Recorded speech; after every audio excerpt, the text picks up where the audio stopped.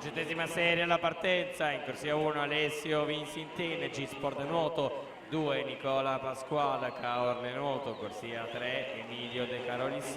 Delfini Team Piceno, corsia 4 Jacopo Bittante, Team Veneto, alla 5 Tommaso Borella, Gabbiano, 6 Riccardo Televisiol, Caorle Nuoto, corsia numero 7 Samuele Gironi Metto,